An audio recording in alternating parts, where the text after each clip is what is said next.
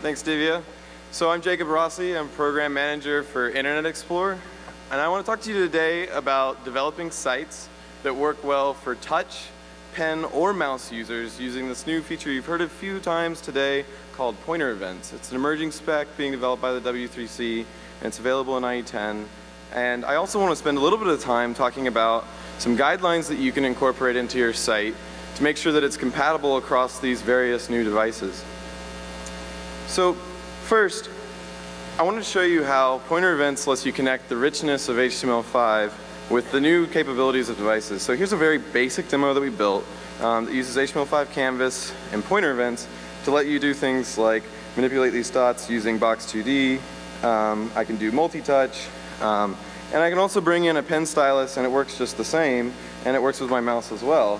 So this is a very basic example, but I wanted to show you also a really cool demo that was built called Contre. So this is a game that you might be familiar with from other platforms. It was designed with touch in mind, and we approached them to port it over to HTML5. And it was very successful, and it's a really cool creative experience through HTML5 canvas and pointer events. So you can terraform here with the ground and move the game piece towards the end here of the level. I'm not very good at level 1. But then there's some really cool places where you can incorporate rich gestures, like dragging this, and the physics of this are really fun. It's engaging, it's a lot more immersive, and the cool thing is that I can switch over and start using any other device that I might find myself wanting to play this really addicting game, which is great because then I can play it with my tablet on the bus, I can use my desktop when my boss isn't looking, or I can use my phone if I want to as well. So, before we get into pointer events, I want to walk through these guidelines about making sure your site is compatible with these different devices. And particularly touch has some unique constraints and things that you want to consider in order to make sure that your site works well for touch users. So a very basic one is simply providing ample room for your finger. So as I started working on touch on the internet, I used a lot of different devices that were touch enabled. I browsed a lot of the web. And you have a few taps that don't work, and you start to get sort of self-conscious. Do I have abnormally fat fingers? And so, because I started to get really worried, we went and collected a bunch of data, and it turns out, no, you don't. Even a baby's finger can have a height on the screen that's taller than the average line height of a link in a web page. So, not surprisingly, as the size of a UI element increases, the number of mistaps decreases. And what's interesting is that it's sort of asymptotic. So as you approach a certain level, you have a pretty high level of confidence. And what we find is that if you have a target size around an average index finger, which is about 11 millimeters, or 40 pixels at a scale of 1, that confidence is pretty high. Taps work really successfully. And you might look at this graph and you say, yeah, but down around 5 or 7 millimeters, you've got 1 in 100 taps are missed. That's not too bad. The other interesting data point is that as target size decreases, the amount of time that a user spends trying to tap it increases. So they're not as comfortable, they're not as confident in being able to activate the UI. So they're going to spend more time, which means they're going to be less engaged, and potentially they're just going to move on. It's a little bit subconscious, but there's a lot of data to back this. So using an appropriately sized target can go a long ways. And 40 pixels is not too large that it takes up a lot of extra screen real estate for mouse users. So a minimum width and height dimension of 40 pixels will go a long way for touch users. So another key one that you've heard a few times is avoiding hiding content behind hover. So most touch devices today can't recognize your finger hovering above the screen. So when you have a UI element like this drop-down menu, it's typically pretty hard to get into the menu. And as it turns out, we've seen this pattern all over the web, but as it turns out, it's not that great for mouse either. If you take a look at this menu here, and if you're pointing out a top-level menu item, and you identify in the submenu the item you want to get to, the most natural and efficient way for you to go is to go directly straight there. But as we all know, in this UX paradigm, that doesn't work. You have to go through this awkward path of going to the right and then straight down. So again, it's less confident, takes more time, and your users are less engaged with your site. There's another problem with this for mouse is that when evaluated with Fitts law, which is a way of measuring efficiency of getting to a target based on its size and location with a mouse, it's not that great for a hover menu. So imagine for a second I want to click the lowest item in a submenu. I can move pretty quickly towards it, but then when I get towards the bottom, I'm going to slow down so as not to go off the end and accidentally close the menu, which means I'm going to take more time, I'm going to be less confident, and I'm going to be less engaged. So you can actually get a big win for both mouse and touch users by moving away from this pattern. And so a very simple example would be just to switch over to click. So here I'm using HTML5 class list to toggle the visibility of the menu, and I can just open it up and close it just like that, and it works for mouse, touch, or pen users. And if you want to get really creative, you could move over to pointer events, which I'll talk about in a second, to build experiences like scrubbing menus, where I might be able to slide my finger up and down and select an item. So the point here is making sure that you test and ensure that any user isn't blocked from your site based on the device they chose to use. So another quick and dirty tip that you can do to improve the touch experience in your site is to take advantage of HTML5 input types. So HTML5 input types let you specify values other than just text to describe the type of input you expect, like an email address, a telephone number, or a URL. And so we can see how this works is when I tap in the text field, I get a standard QWERTY keyboard. If I switch over to an email field, you'll notice the keyboard switches so that I have access to things like an @ sign and a .com button. And if I switch over to the telephone number, I'm going to get a number pad. And with URL, there's special symbols you might find in a common URL. Above and beyond getting a touch optimized keyboard, you're actually going to get better accessibility as well with things like screen readers. And if you want to go to the next step, HTML5 allows you to do optional validation to check that the input that they gave you matches the type you expected, avoiding a lot of JavaScript we've all written over the years to try and do that very same thing. So one more thing that you can do is take advantage of native scrolling. So native scrolling and zooming have tremendously better performance than handling input yourself and manipulating the page, say setting scroll left or scroll top or calling scroll to. And it really is night and day. It's a bottle rocket versus a space shuttle. And the reason is that you can never come to the amount of hardware acceleration and taking advantage of the device that the browser can by just running in script. You're competing with formatting and all the other things running along on the same thread. But in a browser like, for example, IE10, we're able to run panning and zooming on a completely independent thread and accelerate it to a speed you'll never achieve running in JavaScript.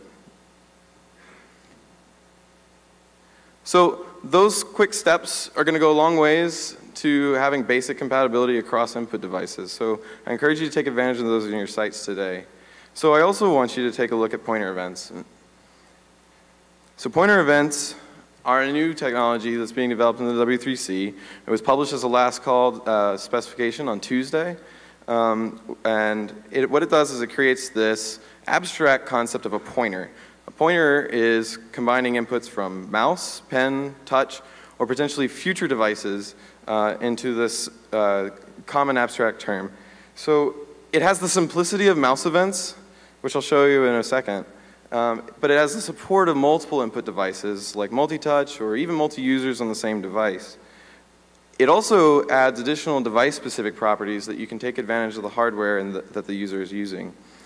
Sometimes it's as simple as just swapping out mouse events for pointer events, and you can get some very basic functionality.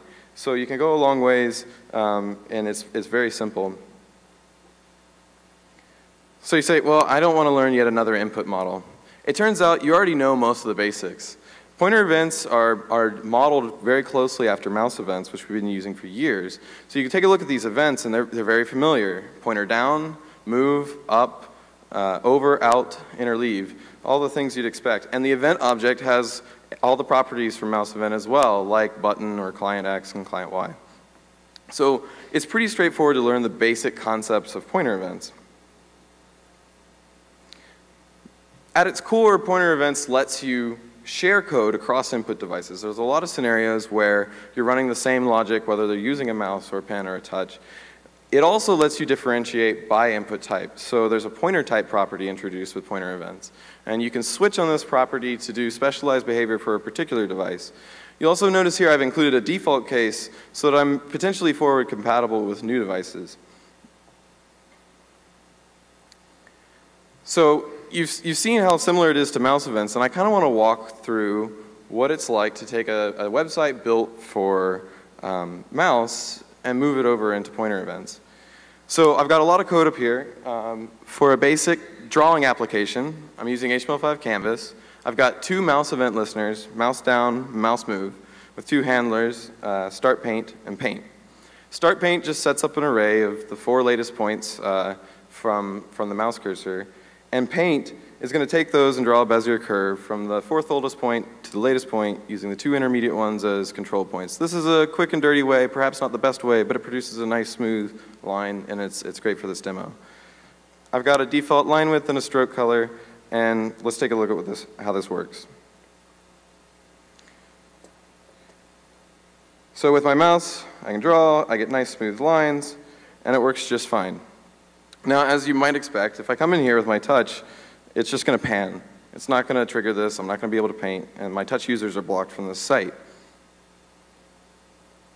So step 1, as I mentioned, is oftentimes just swapping out mouse for pointer. So I'll do that. I've swapped out mouse down for pointer down and mouse move for pointer move. I've used here the vendor prefixes for the APIs that are available in IE10. So we'll swap down here, and we'll first try out our mouse again, and cool. It works just like it did before. I've switched to a completely new input model, but my code just kept working, which is pretty neat. All right, so let's try touch. All right, what's going on? It's still panning. So you need to turn off panning and zooming. Panning and zooming is the default thing you want to do on just about any web page for the most part. But in this case, I don't want to because I want to handle the events myself. Pointer events introduces a new CSS rule called touch action. So touch action lets you specify what behaviors like panning or zooming the browser is allowed to perform when a touch starts on that element. It has a default value of auto, which means the browser gets to decide, which typically means panning or zooming. The polar opposite of that is none, and none means it doesn't do any panning or zooming and you get pointer events for all the input. If a touch action were to kick in, you would know it from a pointer cancel event. So I can use this in CSS to actually specify different regions of my page that have different behaviors, maybe a panning region on the side and a canvas for painting in the middle. So you're probably thinking, if you're familiar with touch events or mouse events, why wouldn't I just use prevent default? Isn't panning or zooming just a default action of touch? And there's a really important and deliberate reason for this design, and that's performance. So there's a great video you can go look up on YouTube from the Applied Sciences group at Microsoft Research, where they studied the effects of touch latency on user perception of this sort of physical analogy we're drawing with panning and zooming, where I'm moving around something that like it was a physical object. And typical touch devices today have about 50 to 100 milliseconds of latency. So if I'm moving my finger across at about 1 meter per second, that means about 10 centimeters of lag, which is extremely noticeable. So there's this goal, and they show how as the latency drops off for different orders of magnitude, there's this perceptual cliff as you get closer and closer to it feeling real with this physical analogy. And there's sort of this ultimate goal in the industry of getting to a 1 millisecond latency time where it really just feels real. Now, so any lag is going to break that down, and if we can wait on JavaScript, then one of you out there is going to sit there in a while loop spinning around trying to calculate a few digits of pi and eventually come around and say, nah, don't pan. And so that's a design that we wanted to fundamentally avoid with pointer events. So touch action's declarative, letting the browser know, independent of JavaScript, independent of all the stuff that's running on the thread today, whether it should pan or zoom. And we find that this actually really increases our ability to have a high performance touch experience for the users. So let's see now with touch action applied how this works. I can come in here with my finger and I'm able to draw around on the canvas just like I am with my mouse. So in just a couple lines of code, I've already added the capability for touch and mouse users, and I can also come in with my pen now and draw along on this canvas. So very little code, and it's now went from just a mouse-only application to any type of pointing device. So let's try multi-touch. Uh-oh. So how do you handle multi-touch? Well, I designed an application when I wrote this for mouse that assumes there's this single cursor I'm moving around on the screen, right? So pointer events fires for every pointer on the screen, and so what the page is seeing is move events at each location back and forth. So you saw it drawing back and forth between these 2 points. Pointer events exposes a pointer ID that lets you differentiate between those 2 points. So the changes I need to my Canvas application are pretty simple. I'm going to use the pointer ID to take my array of the latest 4 points and make it a 2-dimensional array indexed by the pointer ID. So I'm keeping the latest 4 points for each pointer on the screen. And then likewise, I use the pointer ID off of the event in order to grab the latest 4 pointers for the event that I'm processing and draw the curve. Straightforward change, not a lot of code. I come back down to my demo, and now I have multi-touch support. And it's just that easy. I added a little bit of extra code I didn't show here to change the color so that you can see it a little bit better out there. So far, we took a web page that only worked for mouse. We changed just a few lines, and now it's working for touch, multi-touch, pen, and potentially other devices, trackpads. You can imagine a lot of different scenarios that could come in the future. But I can also leverage the hardware more efficiently and get new data that these devices can provide using additional properties that pointer events give you. So here's a few that I've listed. Width and height, refer back to the discussion we had about your finger not being a point on the screen, but actually having some geometry. So width and height are the size of your touch on the screen. Pressure is, for some devices, they're capable of detecting pressure sensitivity. For example, how hard I push down on the screen with my pen.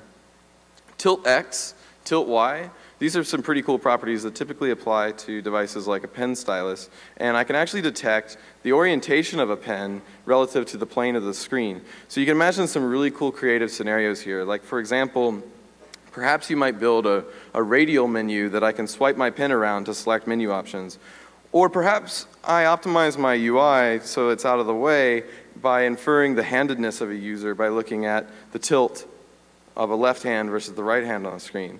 So this is a really cool way that your site can light up based on the input device that your user chose. So I'm going to take my demo, which had a fixed line width, and I'm going to plug in a few of these properties.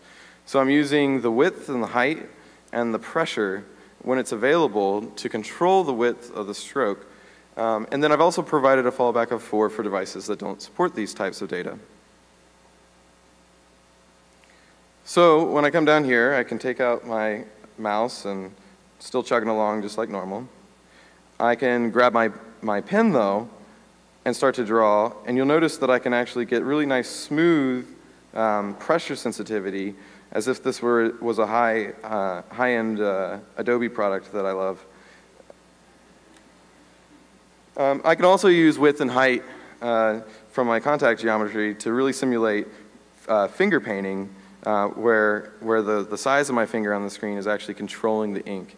So this really makes it light up on the device that the particular user has and allows you to build some really compelling and more engaging experiences for users. And like the beginning demo that I showed you, which was just a primitive multi-touch, multi-input canvas experiment, if you can take the steps from that, throw in a little design creativity and come up with something like Contrejure, you can imagine what you can do across all these different devices and build some really amazing native-like experiences that you couldn't do on the web before. So, okay, we heard the guy from caniuse.com. When can I use pointer events? You can use it today. It is available in IE10 under vendor prefix. It's getting a lot of push from a number of folks in the working group. We have Opera, Mozilla, Google, Nokia, jQuery, and Zynga.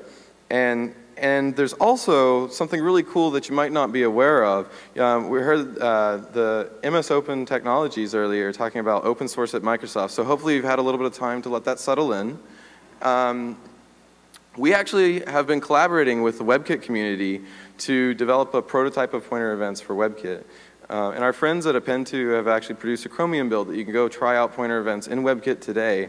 And the patch was just updated this week to cover 100% of the specs. So I encourage you to go try that out. And you say, that's fine, but my users aren't using Chromium. And we recognize that. So there's some really cool polyfills that are out there. There's Hand.js, which are from my friends at Microsoft France, and Pointer.js from Boris Smus at Google. And you can drop these scripts in your page and use the pointer model where it lights up an IE10 for all these new device capabilities and emulates pointer events in browsers that don't support it. And so you can use this today, and lots of top sites on the web already are. So that's exciting, and I hope you're interested in trying to take advantage of multiple input devices, because it's really similar like adaptive layout. This is just adaptive input. It's the next logical step for making sites that work well across the spectrum of devices. As we see, devices are no longer A and B, or just distinctly the definition of mobile may not be obvious today. So you can, this lets you scale your site across phones, tablets, small tablets, desktops, laptops, both in terms of your design through things like CSS media queries and input through things like pointer events. So make sure you take advantage of those beginning parts. You might be interested in going after pointer events, but the biggest bang for your buck before you do is to take advantage of those first few principles. So 40 pixels minimum dimension, avoid hiding content behind hover, specifying your HTML5 input types, and also using native scrolling and zooming whenever possible to get the best performance. And then you can take a look at lighting up your site on new devices using pointer events in IE10 or Chromium. So I've got a few resources here for you. Their spec is up at the top. You can check out this nice white paper on touch design principles. And also, there's a really extensive tutorial doc on pointer events available on webplatform.org that there's a shortcut link here for. And all this demo code that I showed you today is available on GitHub. So I wanted to reserve a little bit of extra time here at the end for questions, since this is so new for folks. And I'll turn it over for questions.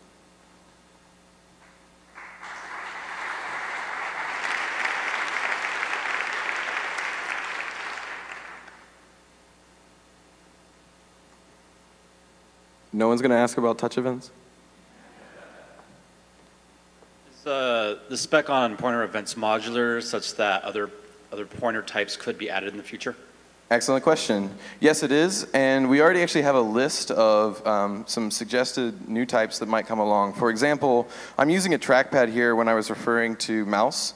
But you might imagine wanting to be able to use that as a pointing device, where a lot of trackpads today are actually capable of multiple fingers. And so that's one thing that we've considered. You can also imagine down the road things like Vision or even Connect potentially. Thanks. So you mentioned a link to the spec and that people can try this out. Is it possible that people could try these out and see how they work and then give feedback to the working group? Absolutely, Doug.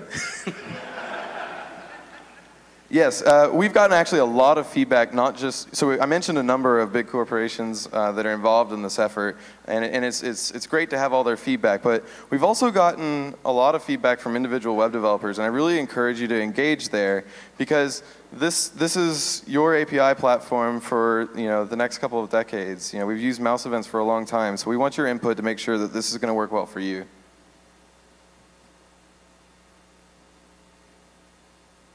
All right, thanks everybody. I'll be out here if you have more questions.